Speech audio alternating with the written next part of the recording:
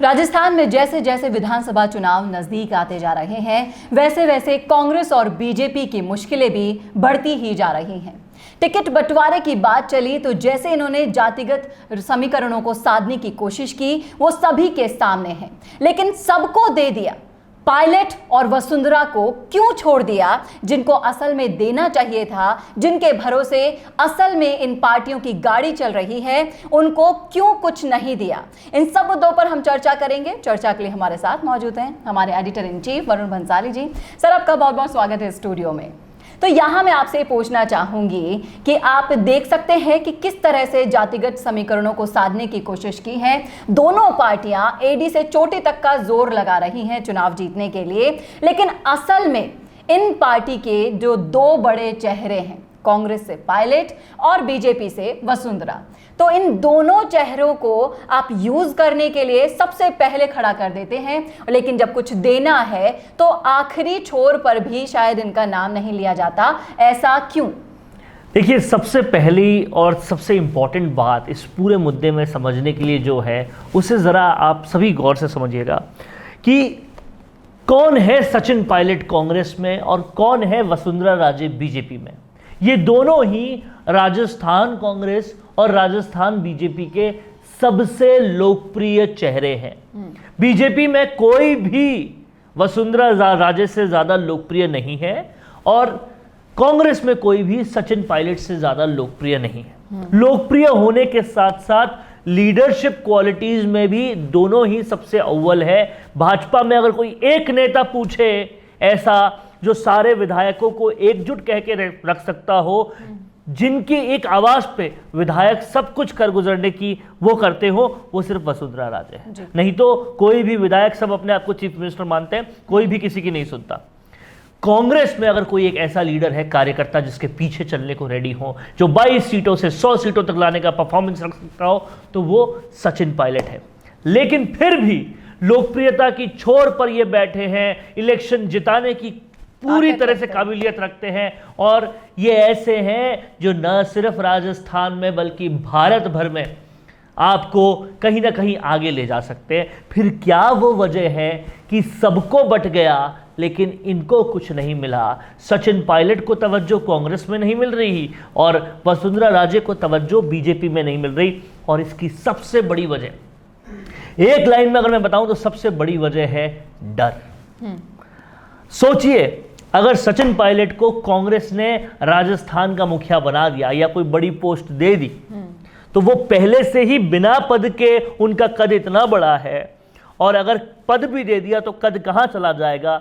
फिर राहुल गांधी की क्या अहमियत रह जाएगी? या राहुल गांधी कहीं ना कहीं एक इंफीरियरिटी कॉम्प्लेक्स में ना आ जाए कि कोई नेता है जो मुझसे आगे निकल पा रहा है। इसी वजह से सचिन पायलट को कहीं ना कहीं पीछे रखा जा रहा है। भले ही आगे कोई भी और वजह रख दी जाए, ये कह दिया जाए कि सचिन पायलट ने एक बार बगावत की थी, तो बगावत तो उससे बड़ी अशोक गहलोत ने कर दी थी सितंबर में।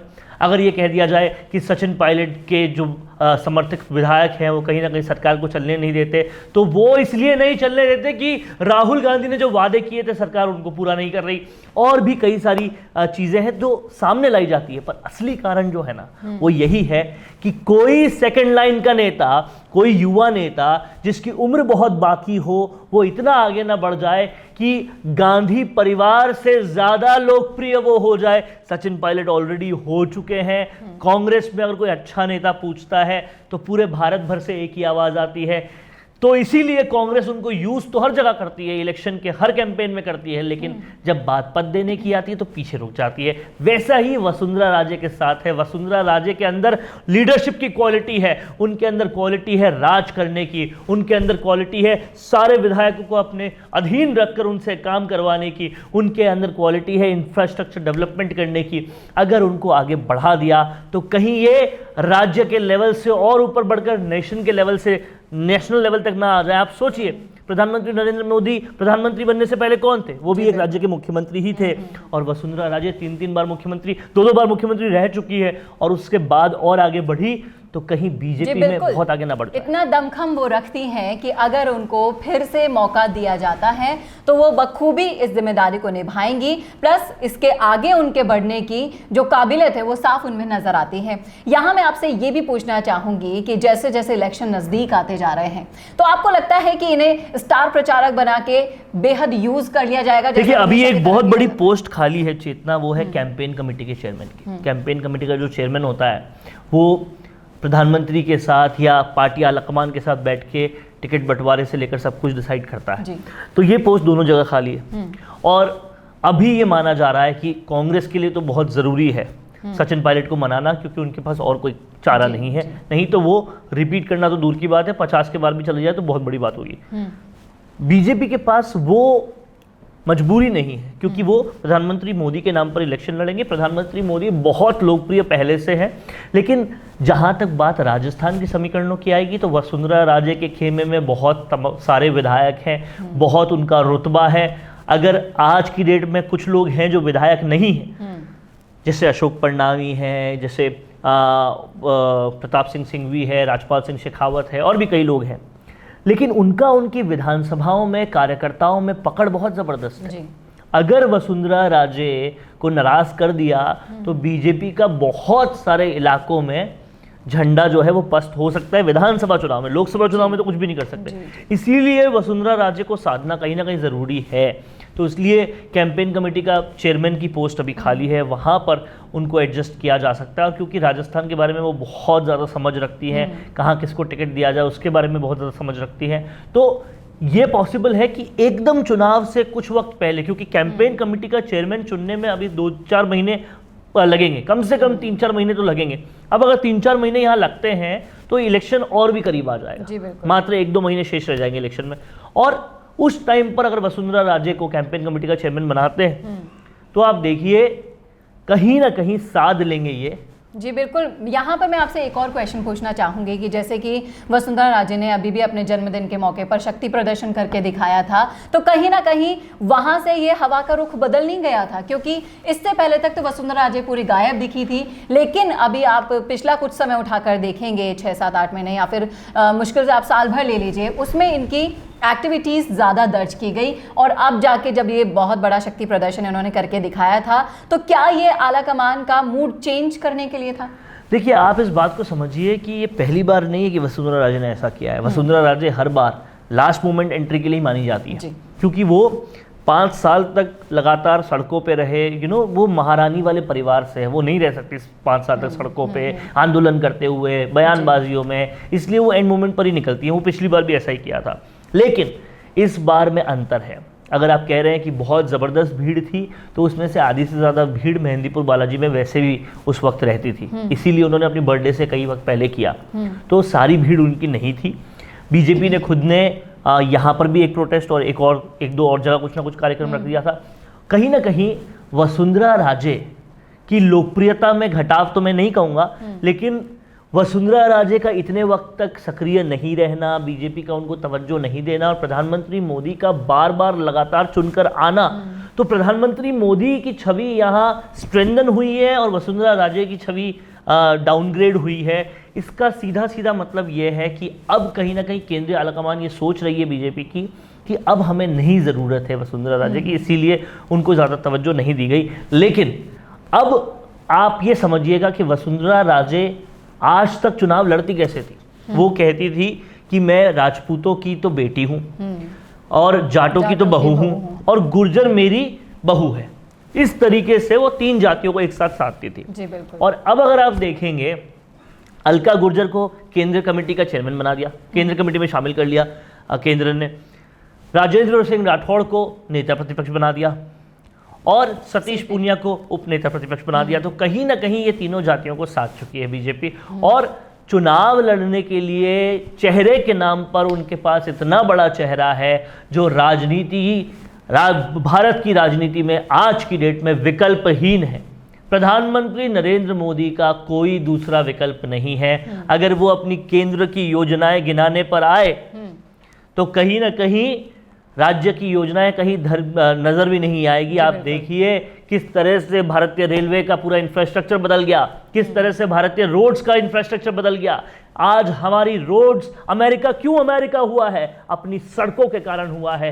डेवलप क्यों हुआ है? सड़कों के कारण हुआ है। कुछ लोग पूछते हैं कि सड़कों से डेवलपमेंट का क्या लेना देना? बिल्कुल लेना देना है। जब एक राज्य की चीज़ दूसरे राज्य में आसानी से पहुंच जाएगी तो हर जगह सब कुछ फुलफिल हो जाएगा, सब सेटिस्फाई हो जाएंगे और हर जगह का कारोबार ज़बरदस्त हो पाएगा। ऐसी ही भारत की सड़कें अब हो चुकी है, भारत की ट्रेनें अब हो चुकी है और भारत का कहीं ना कहीं सबसे बड़ा रक्षा के लिए जो इक्विपमेंट्स बनते हैं, के लिए जो औजार बनते हैं, के लिए जो कहीं ना कहीं बंदूकों से लेकर बाकी सारी चीज़ें बनती है, वो भी भारत अब बहुत ज़बरदस्त बनाने लग गया है। तो ऐसी अनगिनत योजनाएं हैं, अनगिनत काम है जो धरातल पर दिख रहे हैं प्रधानमंत्री मोदी के। तभी कहीं ना कहीं बीजेपी ने कोई यहाँ पर चेहरा फाइनल नहीं किया है और सिर्फ यही फाइनल किया है कि वो पीएम मोदी के बेस्ड पे ही राजस्थान में चुनाव लड़ेंगे और कहीं ना कहीं बीजेपी सरप्राइजेस के लिए जानी जाती है। आप मोहनलाल खट्टर को पहले जानते भी नहीं थे, जब वो हरियाणा के एकदम से चीफ मिनिस्टर बन गए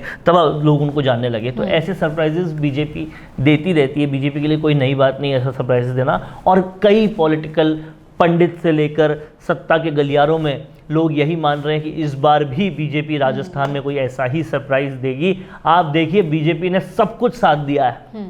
घनश्याम तिवाड़ी को राज्यसभा में भेजकर उन्होंने ब्राह्मणों को और साधा है। उन्होंने किरोड़ी लाल मीणा को राज्यसभा में भेजकर पिछड़ी जातियों को साथ दिया है। उन्होंने सब कुछ साथ दिया है। लेकिन अब ज़रूरत ये है कि अगर वसुंधरा राजे को कुछ नहीं दिया तो वो गेम बिगाड़ने में आगे ना आ जाए।